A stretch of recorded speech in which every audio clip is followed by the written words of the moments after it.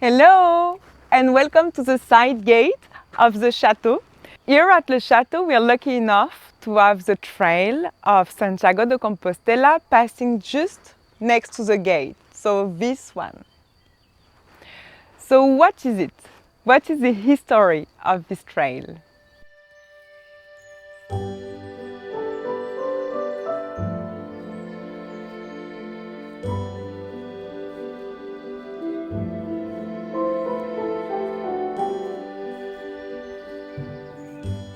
Santiago de Compostela is the name of the trail, but it's also the name of the town when the trail is ending. In French, we call this town Saint-Jacques de Compostelle, and El Camino is le Chemin de Saint-Jacques de Compostelle. So why this trail? The trail, you can find it all over France, Spain, and Portugal. But the idea of it is you can begin at the step of your door and after maybe joining one of the tracks that will guide you to Santiago de Compostela. The history of the town is about Saint James. So in Spanish it's Santiago and in French it's Saint-Jacques. And he was the 12th apostle of Jesus Christ and he died in Jerusalem. And then two of his fellows bring back his body to Spain to bury him. So in the 9th century, two people supposedly find his grave and build a church on top of it. And that's how the city of Santiago de Compostela begins.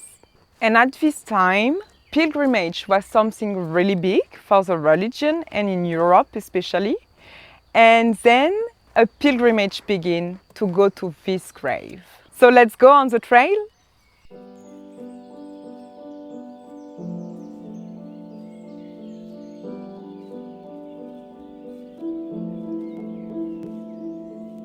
So here we have a beautiful cross and you can find those crosses all along the trail to go to Santiago de Compostela. So it used to be a sign and a mark for the pilgrims to know they were on the right trail. It's in the 13th century that the pilgrimage reached its peak, and then the next centuries it slowly declined, and mainly because of huge disease and epidemics in Europe and also wars. So now we're gonna enter the forest.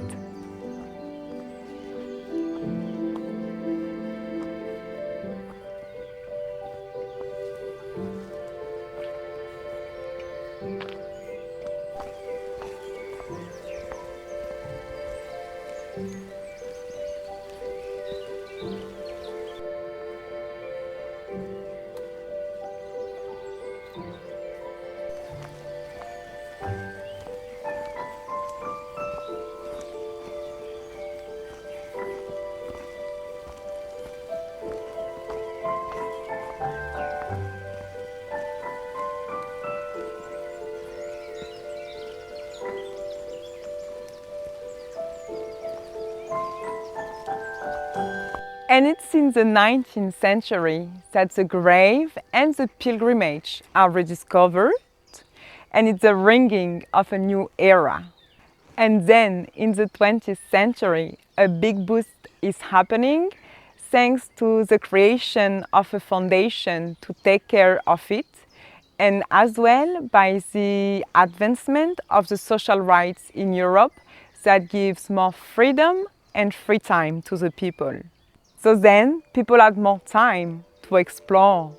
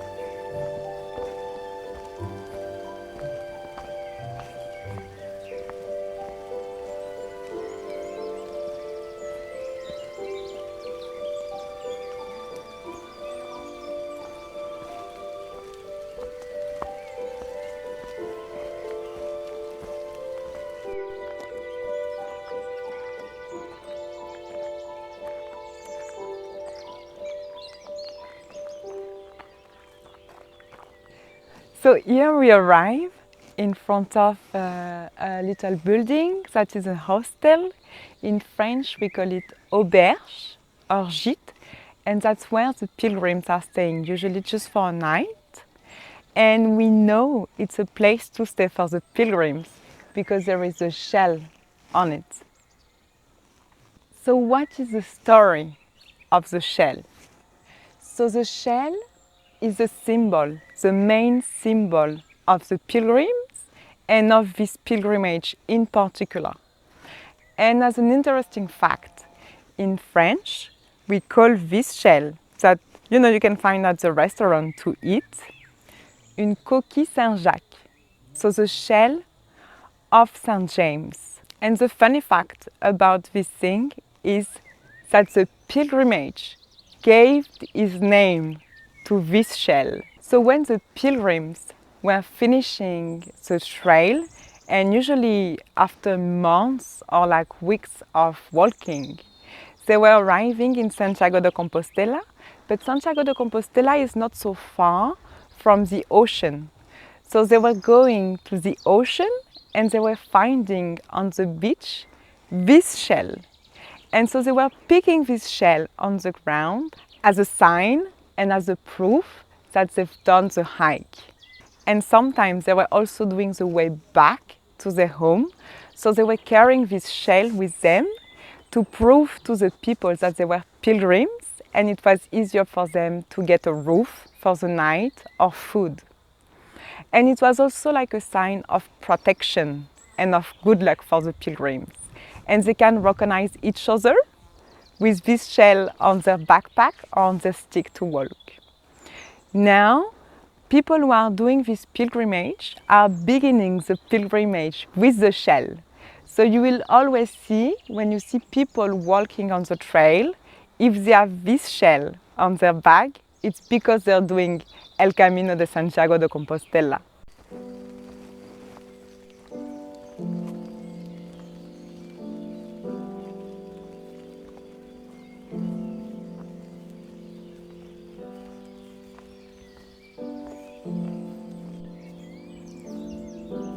Can't focus on him. Looks like a little ghost.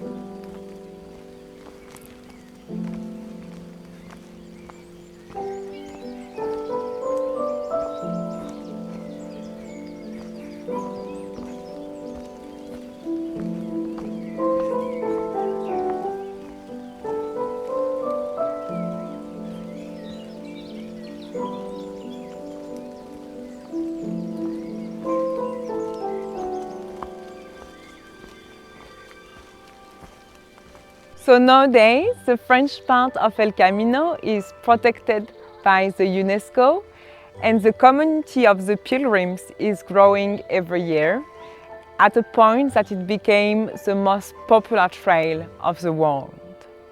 So I'm really curious to know if you heard about it already.